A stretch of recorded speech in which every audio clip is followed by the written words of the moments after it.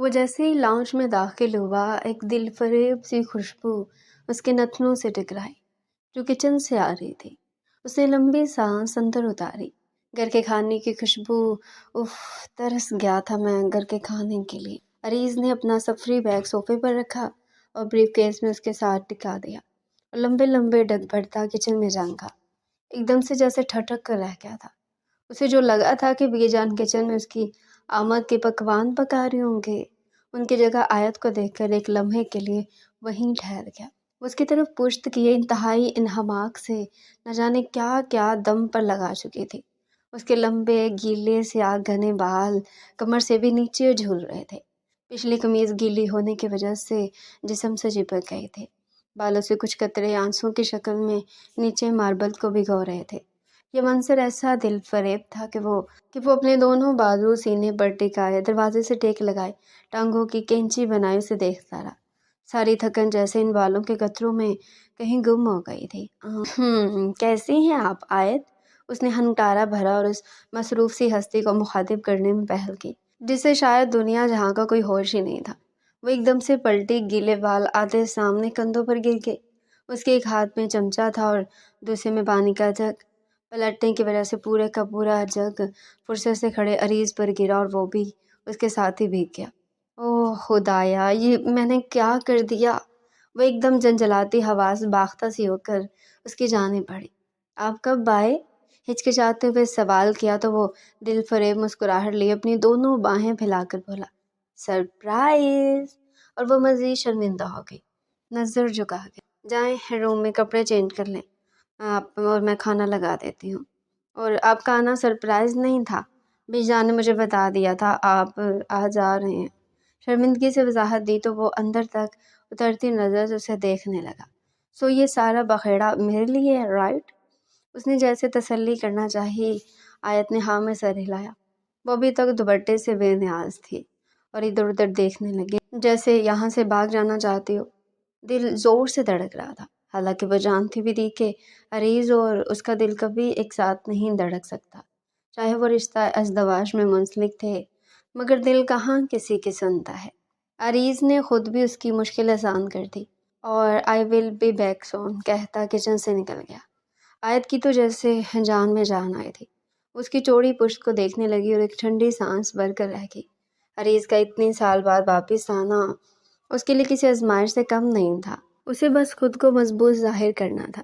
یقیناً وہ بہت جلدی واپس چلا جائے گا، جیسے کچھ دن حویلی مہمان بن کر آتا ہے اور پھر واپس چلا جاتا ہے، مگر وہ نہیں جانتی تھی کہ اب کی بار وہ اپنے ساتھ اس کا سب کچھ لے کر جائے گا۔ ارے میرے لال، اس دفعہ تو اتنے لمبے عرصے کے بعد حویلی لوٹے ہو، میں تو تجھے کہیں نہیں جانے دوں گی۔ اپنی بوڑھی ماں کا کیوں امتحان لیتے ہو بیٹا؟ کیا رکھا ہے شہر میں؟ وہاں سے تو کچھ بھی خالص نہیں ملتا، دیکھو تو صحیح، ہڈیوں کا ڈھانچہ بن گیا ہے۔ بی جان کا بس ہی نہیں چل رہا تھا عریض کو اپنے اندر سمول لے، اپنے پروں میں ڈھانپ لے، کہیں جانے نہ دے۔ بی جان، آپ تو جانتی ہوں مجھے گاؤں کی اب ہوا راس نہیں آتی، ویسے بھی میں وہاں ایڈجسٹ ہو چکا ہوں، آپ پریشان نہ ہوا کرے، میں بچہ نہیں رہا۔ وہ بی جان سے مخاطب تھا یا نہ جانے کھانا اس کی پلیٹ میں ڈالتی آیت نے فوراً اپنی نظریں جھکا لی۔ میرے بچے، میرے لیے تو بچہ ہی رہے گا۔ اور بچے سے یاد آیا بیٹا، اب تم بھی شادی کر لو اور اس سونی حویلی میں پھر سے رون کے لے آؤ۔ میں تو اس بڑے سے گھر میں بلائی پھرتی ہوں، اب دل نہیں لگتا میرا۔ بی جان نے آیت کو بالکل نظر انداز کر کے عریض کو آس سے دیکھا۔ آیت کے حلق سے نوالا اترنے کا نام ہی نہیں لے رہا تھا۔ اس نے پانی کا گلاس اٹھایا اور گٹا گٹ پینے لگی۔ دل میں عجیب بھگدڑ سی مچ گئی، البتہ عریض سکون سے کھانے میں بزی رہا تھا۔ ایک نظر آیت کے چہرے پر ڈالی اور پھر بی جان سے مخاطب ہوا۔ بی جان، بس رمشا کا تھیسس اپروو ہوتا ہے اور اس کا ایم فل کمپلیٹ ہوتا ہے تو شادی کی کوئی ڈیٹ فکس کرتے ہیں، مگر اس سے پہلے میری ایک شرط ہے۔ وہ بی جان کی آنکھوں میں آنکھیں ڈال کر بولا تو بی جان کے ساتھ آیت کا بھی سانس رک گیا۔ پلیز مجھ سے اپنا نام مت چھیننا عریض، اس نے شدت سے دل میں دعا کی اور اس پر آمین کہہ دیا، مگر اس سے پہلے عریض نے اپنا وہ جملہ ادا کر دیا جو بی جان کے چہرے پر ناگواری پھیلا گیا، اور آیت کا دل مزید سکڑ گیا۔ اس کی بھوک مکمل حرام ہو چکی تھی۔ ہاتھ میں پکڑا نوالا اس کے واپس پلیٹ میں پٹکا۔ بی جان، میں آیت کو آزاد کرنا چاہتا ہوں، اس کا بھی حق ہے زندگی کی خوشیوں پر۔ میں اس کے لیے کوئی اچھا سا لڑکا تلاش کرنا چاہتا ہوں جس کے ساتھ یہ خوش رہ سکے، ورنہ میں شادی نہیں کروں گا۔ عریض کی بات سن کر بے جان ہتھے سے اکھڑ گئی۔ ارے بابلا ہو کیا اسے کون لے گا اب؟ پہلے ہی یہ نوریز کی بیوی تھی تو اس کی شادی تجھ سے کر دی تاکہ گھر کی عزت گھر میں ہی رہے۔ میں تو اسے کہیں نہیں جانے دوں گی۔ جب تک میں زندہ ہوں اس حویلی کے اور آیت کی زندگی کے فیصلے صرف میں کروں گی۔ بی جان نے اپنے سینے پر ہاتھ مار کر عریض کو باور کروایا، مگر اس کی رگوں میں بھی ولایت خان کا خون۔ ٹھیک ہے، پھر مجھے شادی کا مشورہ کیوں دیا؟ آپ نے آیت میرے نکاح میں ہے، چاہے یہ نکاح کیسے بھی حالات میں ہوا، یہ میری بیوی ہے، میری، اور اب اسے بیوی بنا کر ہی رکھوں گا۔ بی جان مجھے کیا ضرورت ہے شادی کرنے کی؟ عریض نے کندھے اچکائے۔ اتنی بڑی بات اتنے نارمل لہجے میں کی کہ آیت کو ایک دم سے اچھکا لگا۔ وہ کھانستے ہوئی وہاں سے اٹھ چکے تھے، آنکھوں سے بے اختیار آنسو بہنے لگے تھے۔ اس کی زندگی کسی مذاق سے کم نہیں لگ رہی تھی۔ بچپن میں ماں کا سایہ چھن گیا تو وہ اپنی دادی کے رحم و کرم پر پلنے لگی۔ دادی کے جانے کے بعد وہ پھر سے اکیلے ہوگی۔ آکاشا اور فرحان بھی چھوٹے تھے اور وہ سب سے بڑی بیٹی تھی۔ وہ دونوں پڑھائی میں لگ گئے اور آیت گھرداری میں۔ آیت اور نوریز کا رشتہ بچپن سے ہی طے تھا اور ان کے دلوں نے بھی ایک دوسرے کو تسلیم کر رکھا تھا۔ نوریز ولایت علی خان کا سب سے بڑا بیٹا تھا۔ نوریز اور عریض دونوں بھائی تھے۔ عریض اسے 7 سال چھوٹا تھا اور جبکہ نوریز اور آیت کی شادی ہوئی تو اس وقت عریض 15 سال کا تھا۔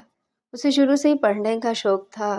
گاؤں میں اچھی تعلیم نہ ہونے کی وجہ سے وہ شہر میں پڑھتا تھا اور نوریز نے ولایت علی خان کے جانے کے بعد ان کی جگہ لے لی تھی۔ زمینوں اور جگیر کے معاملات وہی سنبھالتا تھا۔ نوریز کی سنگت میں آنے کے بعد آیت جیسے مکمل ہو گئی تھی۔ وہ تو شروع سے ہی محبتوں اور توجہ کے لیے ترسی ہوئی تھی۔ نوریز کی والہانہ محبت میں وہ کسی گلاب کی کلی کی طرح پھر سے کھلنے لگے، مگر ان کی محبت کی عمر مختصر ٹھہری اور ایک دن اچانک نوریز کو کسی نے گولی مار دی اور وہ آیت کو ہمیشہ کے لیے تنہا کر کے چلا گیا۔ یہ ان کا 5 سال کا وصال ہمیشہ کے لیے ہجر میں ڈل گیا۔ آیت تو بالکل پاگل ہو چکی تھی، بخلائی سے پھرتے تھے۔ اس کے بہن بھائی اپنی زندگی میں مگن تھے، وہ اعلیٰ اسکولوں اور کالج میں پڑھ رہے تھے، مگر آیت بالکل تنہا رہ گئی تھی۔ بی جان جو آیت کی چچی اور ساس تھی، اس گھر کی ہمیشہ سے ہی حکمران تھے اور سارے فیصلے انہی کے مانے جاتے تھے۔ انہوں نے آیت کو اپنے گھر رکھنے کے لیے اس کا نکاح چھوٹے عریض سے کر دیا، جو بھی صرف 20 سال کا تھا۔ آیت سے 6 سال چھوٹا بی جان نے ان دونوں کا احتجاج نہ سنا۔ وہ نہیں چاہتی تھی کہ آیت اب کسی اور بھی باہر کے مرد کے ساتھ بیاہی جائے۔ اسے اپنے نوریز کی نشانی بنا کر اسی گھر میں رکھنا چاہتی تھی۔ عریض ابھی چھوٹا تھا، اس لیے بی جان کی ذرا سی دھمکی سے ہی دب گیا اور نکاح نامے پر سائن کر دیے۔ بی جان نے اسے واپس شہر بھیج دیا اور کہا کہ آیت صرف تمہارے نام کی بیوی بن کر رہے گی، اس لیے تم اسے اپنی زندگی پر مسلط نہ کرنا اور اپنی پڑھائی پر توجہ دو۔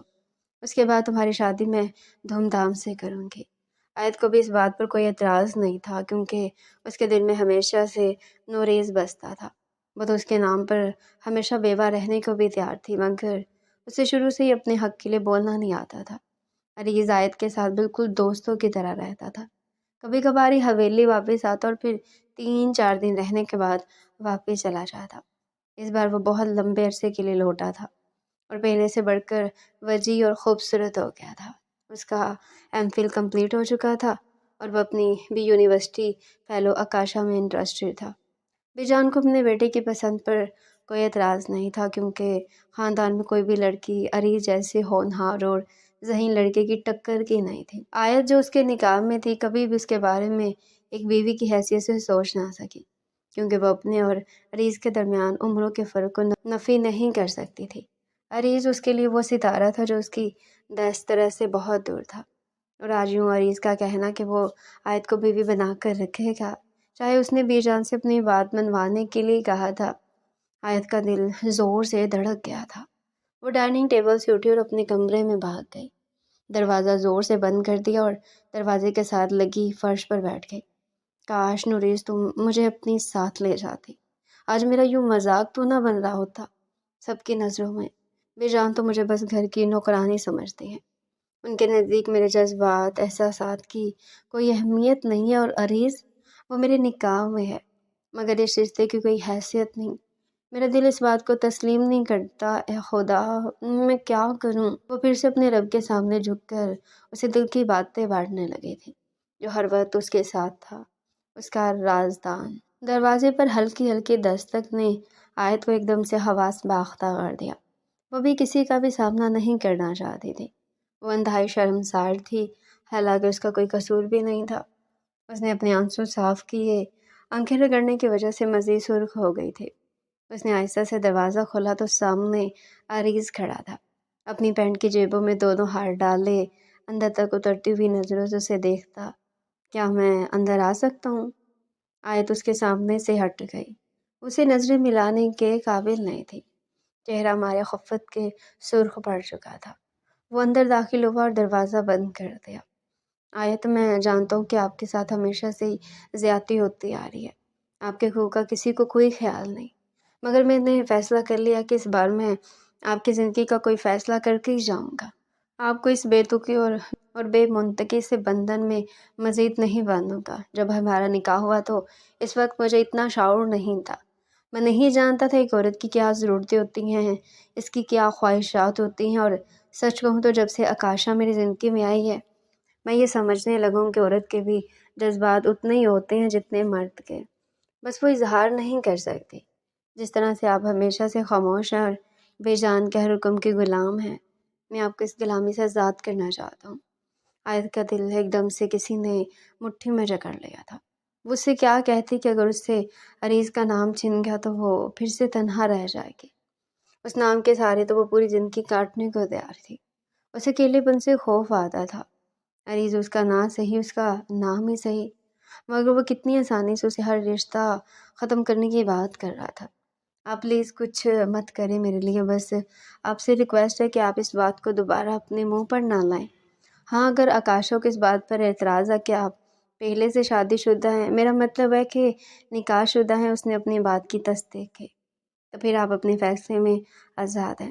مجھے کوئی آزادی نہیں چاہیے، میں یہیں پر ٹھیک ہوں۔ اس نے بڑی مشکل سے اپنا وہ جملہ ادا کیا جسے کہنے سے وہ ڈرتی تھی کہ کہیں وہ سچ نہ ہو جائے۔ حریص کچھ لمحے تو اسے دیکھتا رہا، وہ کس قدر سادہ اور سچی لڑکے تھے، آخر اس کے ساتھ اتنی زیادتی کیوں؟ عریض نے دل میں سوچا۔ میں فیصلہ کرتا ہوں کہ آپ کو اپنے ساتھ شہر لے کر جاؤں گا، کیا آپ چلیں گی میرے ساتھ؟ اس نے نرمی سے آیت کے ہاتھ تھامے تو وہ ایک دم سے کام گئی۔ کیا مطلب؟ میں یہاں سے کہیں نہیں جاؤں گی، بی جان بالکل اکیلی رہ جائیں گی۔ تم کیوں ہر وقت دوسروں کی فکروں میں ہلکان رہتی ہو جبکہ ان کو تمہارا احساس تک نہیں؟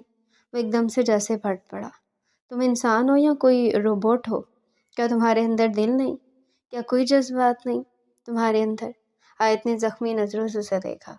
اسے کیا بتاتی کہ اس نے کب سے اپنے ان موز اور جذبوں کو اپنے اندر ہی دبا کر رکھا ہے، ان کو باہر آنے کی اجازت نہیں تھی، ورنہ بہت بڑی تباہی مچ جاتی۔ آپ اپنا سامان پیک کریں، ہم کل ہی شہر جا رہے ہیں، بی جان سے میں خود بات کر لوں گا۔ آپ کو میری بات ماننی پڑے گی کیونکہ میں آپ کا سرپرست ہوں، آپ کا شوہر ہوں، اور بیوی کو شوہر کی بات ہی ماننی چاہیے، نہ کہ اپنی ساس کی۔ وہ دو ٹوک لہجے میں بولتا آیت کو اندر سے چھلنی کر گیا۔ تو کیا اسے احساس ہو گیا تھا کہ وہ اس کا شوہر ہے؟ ایک شکوہ سا اس کے دل میں ابھرا، مگر وہ زبان پر نہ لا سکی۔ عریض اس کی کوئی بھی بات سنے بغیر چلا گیا اور وہ شش و پنج میں مبتلا ہو گئی۔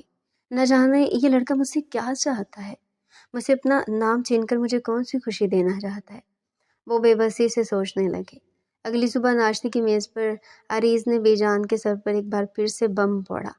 بی جان، ہم آج ہی شہر جا رہے ہیں، میں آیت کو لے کر جا رہا ہوں، کیا آپ کو کوئی اعتراض تو نہیں؟ اور بی جان بالکل منہ کھولے اسے دیکھنے لگی۔ پاگل ہو گیا تم آخر چاہتے کیا ہو؟ میں بس یہ چاہتا ہوں کہ آیت کو بھی زندگی پر حق ہے، اسے بھی خوش رہنے کا اتنا ہی حق ہے جتنا ہم سب کو۔ اگر میں اپنی زندگی میں موو آن کرنا چاہتا ہوں تو اسے اکیلا نہیں چھوڑ سکتا۔ آپ کے رحم و کرم پر وہ ایک دم دو ٹوک میں انداز میں بولا۔ کیوں مجھ بوڑھی جان پر ظلم کرتے ہو؟ ارے میں بالکل اکیلی رہ جاؤں گی اگر یہ چلی گئی، اور اس سے تم خود پوچھ لو، یہ گھر بسانا ہی نہیں چاہتی، یہ تو نوریز کے نام پر ہی ساری زندگی بیٹھنا چاہتی تھی۔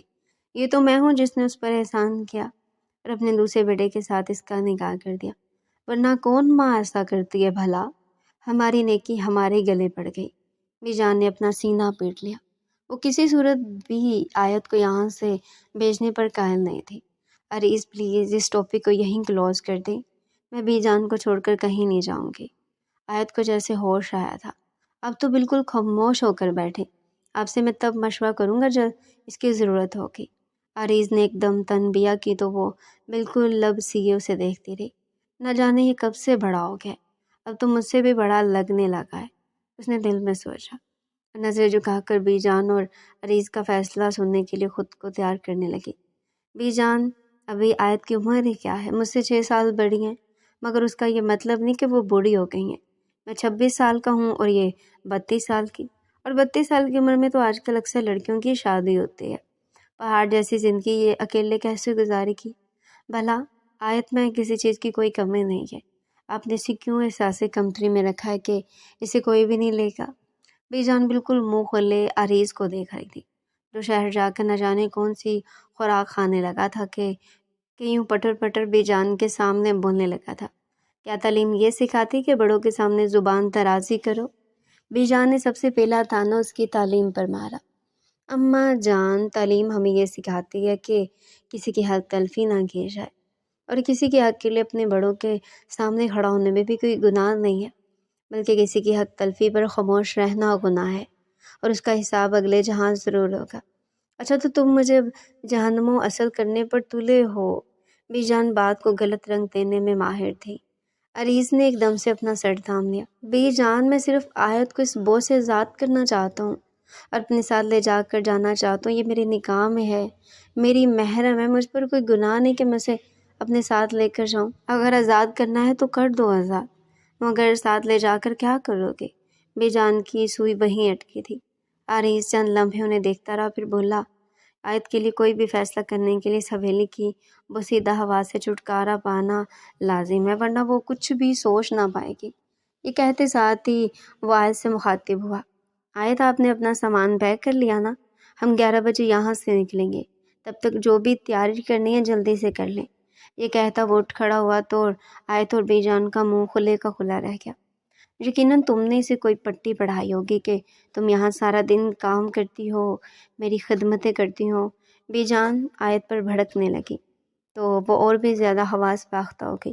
بی جان، میں نے کچھ بھی نہیں کہا، قسم لے لے، میں تو آپ کو چھوڑ کر کہیں نہیں جانا چاہتی۔ تو پھر کہہ دو اسے کہ تم کہیں نہیں جا رہی، اسی بوسیدہ حویلی میں رہنا چاہتی ہو، نہ کہ باہر کی ہوا کھانا چاہتے ہو۔ بی جان عریض والی بات پر طنز کر کے اس پر حکم صادر کرتے ہوئے اٹھ کھڑے ہوئے۔ آیت نے اپنا سر دونوں ہاتھوں میں تھام لیا، نہ جانے اب اس کی زندگی کیا رخ اختیار کرنے والی ہے۔ اس نے ایک بار پھر عریض کو منانے کی کوشش کی، مگر وہ کچھ بھی سننے کے موڈ میں نہیں تھا۔ اس نے خود ہی آیت کا سامان ایک بیگ میں ڈالا اور گاڑی میں رکھ دیا اور اسے ساتھ چلنے کا اشارہ کیا۔ آیت نہ چاہتے ہوئے بھی ایک بڑی سی چادر میں خود کو چھپائے بی جان کی خونخوار نظروں سے بچنے کے لیے عریض کے پیچھے کھڑی ہو گئی۔ بی جان پلیز اس طرح سے مت دیکھیں اور ہمیں الوداع کہیں، میں جلدی لوٹوں گا، وعدہ کرتا ہوں۔ وہ بی جان کے گلے سے لگ کر انہیں پچکارتے ہوئے بولا۔ اور رہی بات حویلی کے سونا ہونے کی، تو بہت سارے ملازم اس حویلی میں موجود ہیں، آپ کا وقت اچھا گزر جائے گا۔ یہ کہتے ساتھ ہی اس نے آیت کا ہاتھ پکڑا اور حویلی سے باہر آ گیا، اسے گاڑی میں بٹھایا اور خود فرنٹ سیٹ پر بیٹھ گیا، جو بھی کسی ٹرانس کسی کیفیت میں تھی۔ اسے یقین ہی نہیں آ رہا تھا کہ وہ حویلی سے باہر بھی جا سکتی ہے، اور وہ بھی شہر اسے نہیں یاد تھا کہ وہ آخری بار شہر کب گئی ہے۔ شاید وہ شہر جا ہی پہلی بار رہی تھی، یا شاید کبھی بچپن میں گئی ہوگی مگر اسے یاد نہیں تھا۔ عریض اس کی طرف دیکھ کر مسکرانے لگا، کہنے لگا کہ میں آپ کو زندگی کی وہ ہر خوشی دوں گا جس پر آپ کا حق ہے۔ مجھے یہ بات بہت دیر سے سمجھ میں آئی ہے، مگر شکر کرے کہ سمجھ آ گئی ہے۔ یہ کہتے ساتھ ہی اس نے گاڑی گیٹ سے باہر نکالی اور سڑک پر دوڑانے لگا۔ جب گاڑی شہر میں داخل ہوئی تو آیت کی آنکھیں بالکل کھلی کی کھلی رہ گئی۔ ایک دم سے بہت سارا شور ارد گرد محسوس ہوا، ورنہ حویلی میں تو وہ چڑیا اور کوے کی آواز ہی سنتے تھے۔ اپنے مشغلوں میں مگن رہتی تھی، پرندوں کے ساتھ باتیں کرتی تھی، پودوں کو پانی دیتی تھی، یا پھر کبھی ٹی وی کے آگے بیٹھ جاتی تھی جب بہت زیادہ بوریت کا شکار ہوتی۔ مگر یہاں آنے کے بعد تو جیسے سب لوگ بھاگ رہے تھے، نہ جانے سب کو کس چیز کے چلتے تھے، بس بھاگتے ہی جا رہے تھے۔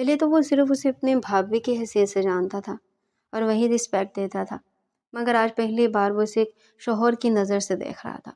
اس کا دل جیسے کسی نے مٹھی میں زور سے نچوڑ دیا تھا اور درد پورے جسم میں منتقل ہونے لگا۔ تو کیا آیت مجھ سے بہت دور چلی جائے گی؟ مگر میں نے اسے قریب آنے ہی کب دیا؟ اس نے اپنے ہی سوال کا جواب دیا اور صوفے پر بیٹھ گیا۔ آیت بہت زیادہ بے چین ہو رہی تھی، وہ بھاگ کر کمرے میں جانا چاہتی تھی۔ آیت، آپ کو کوئی بھی زبردستی یا مجبوری نہیں ہے۔ اگر آپ کا ہارون پسند نہیں آئے تو آپ مجھے کھل کر بتائیں، میں آپ کا دوست بھی تو ہوں نا۔ عریض نے اسے پیار سے بلایا تو وہ ایک دم سے شکوہ کناہ نظروں سے عریض کو دیکھنے لگی۔ نہ جانے اس کی آنکھوں میں اتنا شکوہ کیوں تھا اس کے لیے، وہ سمجھنے سے قاصر تھا۔ اسے تو خوش ہونا چاہیے تھا، مگر وہ اور بھی زیادہ بے چین ہو گئی تھی۔ آخر کیوں؟ ارے کیوں نہیں آئے پسند ہارون آیت کو؟ ہارون جیسے مرد قسمت سے ملتے ہیں۔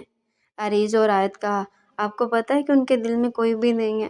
فی الحال اس لیے ہارون کے لیے اپنے دل میں جگہ بنانا ان کے لیے مشکل نہیں ہوگا، بس وہ ابھی اس چیز کو تسلیم نہیں کرنا چاہتے۔ مگر کوئی بات نہیں، تسلیم کر لیں گی۔ ہارون جلد شادی کرنا چاہتا ہے، مگر اس کے لیے عریض تمہیں جلد آیت کو طلاق دینا ہوگی۔ میں وکیل سے پیپر بنواتی ہوں۔ آکاشا نے ان کے سر پر جیسے بم پھوڑا تھا اور آیت بھی ایک دم سے ہراساں نظروں سے اسے دیکھنے لگی تھی۔ میں ابھی بالکل بھی تیار نہیں ہوں، پلیز مجھے سوچنے کے لیے وقت دیں۔ اس نے جیسے ہلکا سا احتجاج کیا۔ آپ جتنا وقت چاہے لے لے، اگر اسے اتنی جلدی ہے تو وہ واپس چلا جائے۔ عریض ایک دم سے جلال میں آیا، اسے خود بھی نہیں سمجھ نہیں آ رہی تھی کہ اسے غصہ کس بات پر آ رہا ہے۔ یہ شادی ہے، کوئی مذاق تھوڑی نہ ہے۔ 3 مہینے میں کیسے آیت کو اس کے حوالے کر سکتا ہوں، جیسے وہ بھی نہیں جانتی اور میں بھی اتنا اچھے سے نہیں جانتا۔ اور آکاشا ایک دم سے عریض کا یہ رویہ دیکھ کر سوچ میں پڑ گئی۔ آیت آپ کمرے میں جائیں، مجھے عریض سے کچھ اکیلے میں بات کرنی ہے۔ اور آیت تو جیسے موقع کے انتظار میں تھی، جلدی سے صوفے سے اٹھی اور بھاگ کر کمرے میں چلے گئی۔ عریض اسے اپنی نظروں سے اجل ہونے تک دیکھتا رہا اور پھر آکاشا کو دیکھنے لگا۔ آکاشا اندر تک اترتی نظروں سے عریض کو دیکھ رہی تھی۔ عریض، کیا چل رہا ہے تمہارے دل میں؟ مجھے سب سچ سچ بتا دو۔ کیا تمہیں اچھا نہیں لگ رہا کہ آیت تم سے دور چلی جائے؟ ارے پاگل ہو گئی ہو، میں نے خود ہی تو یہ فیصلہ کیا ہے، بھلا مجھے اچھا کیوں نہیں لگے گا؟ مگر اتنی بھی کیا جلدی ہے یار؟ تمہیں پتہ ہے کہ ہم دونوں میں ایک دم سے محبت نہیں ہو گئی تھی، پورے 2 سال لگے تھے ہمیں قریب آنے میں، ایک دوسرے کو سمجھنے میں، اور تم آیت سے کیا توقع کرتی ہو کہ وہ چند ماہ میں اس سے محبت کرنے لگے اور اس کے رشتے کو تسلیم کرنے لگے؟ نیور، وہ 2 ٹوک لہجے میں بولا۔ عریض، آیت کی عمر نکلتی جا رہی ہے شادی کی، اور میں تمہیں یقین دلاتی ہوں کہ ہارون سے بہتر اسے کوئی نہیں مل سکتا۔ کیوں؟ کیا کمی ہے آیت میں؟ اسے کوئی بھی اچھا لڑکا مل سکتا ہے، وہ ایک دم سے ناگواری سے بولا۔ اسے آکاشا کی بات بری لگی تھی۔ عریض، ریلیکس۔ اچھا ٹھیک ہے، میں ہارون سے بات کروں گی، اگر وہ واقعی آیت میں انٹرسٹڈ ہوا تو وہ 3 ماہ تو کیا 3 سال بھی اس کا انتظار کر لے گا۔ You just relax. آکاشا جلدی سے عریض کے ساتھ صوفے پر آن بیٹھی، اس کے ہاتھوں پر اپنا ہاتھ رکھ لیا اور اس کا کندھا تھپکنے لگی، جیسے کسی بچے کو کمپوزڈ کرتے ہیں۔ آیت جو کھڑکی سے یہ منظر دیکھ رہی تھی، اس کی آنکھ میں جیسے کچھ چبھا تھا۔ اس نے زور سے پردہ برابر کیا، مگر عریض دیکھ چکا تھا۔ اس سے پہلے کہ وہ آکاشا سے ہاتھ چھڑوا کر اٹھتا اور آیت کی طرف جاتا، آکاشا نے اسے زور سے پکڑ لیا۔ عریض، ادھر دیکھو میری آنکھوں میں، پلیز آیت کو اس بندھن سے آزاد کر دو، بلکہ آج ہی میں وکیل سے بات کرتی ہوں، وہ طلاق کے پیپر بنا دے گا۔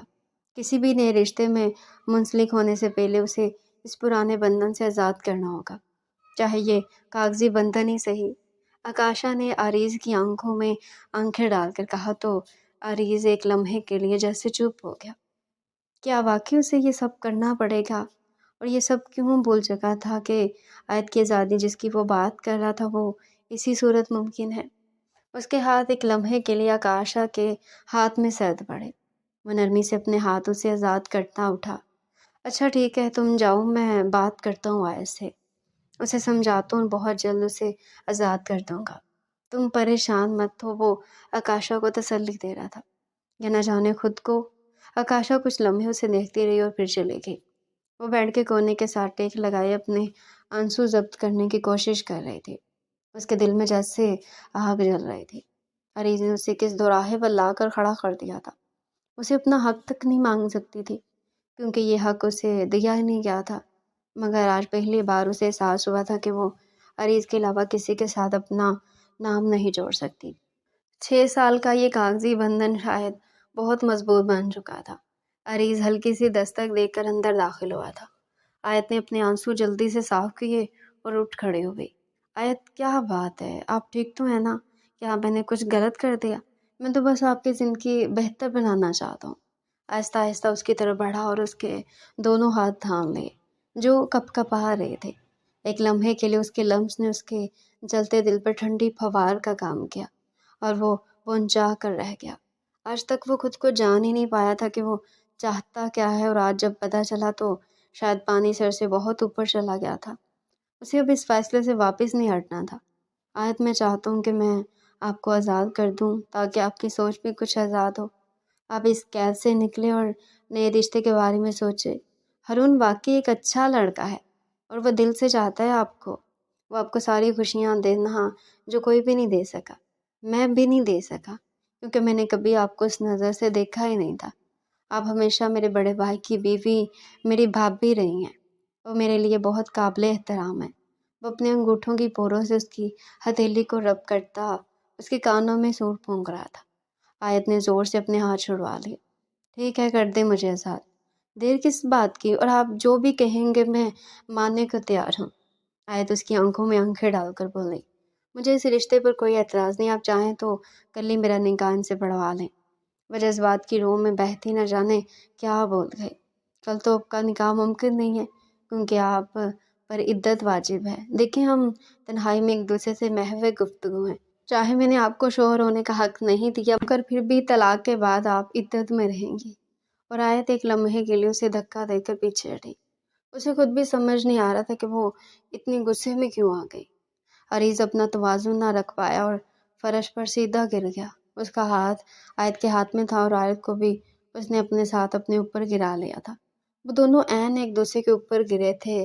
آیت کے ہونٹ عریض کے ہونٹوں سے ٹکرائے تو اسے یوں لگا جیسے وہ یہ لمس پا کر کبھی اس سے دور نہیں جا پائے گی۔ مگر اس سے پہلے کہ وہ اس کے اوپر سے اٹھتی، عریض نے زور سے اپنا ہاتھ اس کی کمر پر رکھ کر اسے مزید خود میں بھینچ لیا، کیونکہ وہ جان گیا تھا کہ وہ کیا چاہتا ہے۔ یہ بات وہ اتنی دیر سے کیوں سمجھا تھا؟ وہ اس کا شوہر تھا، اس پر مکمل حق رکھتا تھا، اور وہ ایک ہی کمرے میں بالکل تنہا تھے۔ وہ اس موقع کو کیسے گنوا سکتا تھا بھلا؟ اس نے آیت کے کپ کپاتے ہوئے لبوں کو جلا بخشی اور پھر وہ اپنی ہی روح میں بہکتا چلا گیا۔ آیت کی مزاحمت بھی دم توڑ چکی تھی اور وہ ہر بات کو بھلائے مکمل طور پر خود کو اس کے سپرد کر چکے تھے۔ اس کے آنسو اور عریض کے آنسو ایک دوسرے میں مکس اپ ہو گئے تھے۔ وہ اس پر اپنی تمام شدتیں اور محبت لٹاتا چلا گیا۔ باہر رات مزید تاریک ہوتی رہی اور وہ دونوں اپنی زندگی میں روشنی بکھیرنے لگے۔ صبح جب اس کی آنکھ کھلی تو سوچوں کے بہت سے بھیانک در بھی کھل گئے۔ وہ ایک جھٹکے سے بیڈ سے اٹھی۔ اس کی حالت کل رات رونما ہونے والی گستاخی کی چغلی کھا رہی تھی۔ اف، یہ مجھ سے کیا ہو گیا؟ او خدا، میں نے اتنی زندگیاں خراب کر دی صرف اپنے جذبات میں آ کر۔ اب وہ کیسے سامنا کرے گی عریض کا؟ اور آکاشا کا خیال ذہن میں آتے ہی اس نے اپنے بال دونوں مٹھیوں میں بھینچ لیے۔ اتنے میں عریض کمرے میں داخل ہوا۔ اس بار وہ بغیر دستک کے آیا تھا۔ آیت نے جلدی سے لحاف اوپر تک تان لیا۔ وہ جانتی تھی وہ اس کے پہلو میں بیٹھ چکا ہے۔ اس نے آہستہ سے اس کے سر سے لحاف ہٹایا تو آیت نے اپنے دونوں ہاتھ اپنے چہرے پر کر لیے اور عریض اس کی اس حرکت پر دل و جان سے فدا ہونے لگا تھا۔ اگر مجھے پتا ہوتا کہ میرا دل کیا چاہتا ہے تو شاید میں اپنی اور آپ کی زندگی اتنی پیچیدہ کبھی نہ بناتا، مگر اب بھی کچھ نہیں بگڑا۔ کم از کم ہمیں خود سے تو سچ بولنا چاہیے۔ اس نے نرمی سے اس کے دونوں ہاتھ اس کے چہرے سے الگ کیے تو آیت ایک دم سے سرخ پڑی۔ مجھے معاف کر دیں عریض، میں نے آپ کی زندگی خراب کر دی۔ وہ ایک دم سے رونے لگی۔ ارے میری جان، تم نے میری زندگی بنا دی ہے۔ تم نے مجھے احساس دلا دیا کہ تم میرے لیے کس قدر اہم ہو۔ وہ ایک دم سے آپ سے تم پر آتا اسے اپنے سینے میں چھپا گیا اور وہ پھوٹ پھوٹ کر رونے لگی۔ آکاشا بہت ناراض ہوگی، ہم اسے کیا جواب دیں گے؟ اسے جو بھی جواب دینا ہوگا میں خود دے لوں گا، تم اس بارے میں پریشان مت ہو۔ مجھے زندگی میں پہلی بار احساس ہوا کہ جو مقام تمہارا میرے دل میں ہے وہ کسی عورت کا ہو ہی نہیں سکتا۔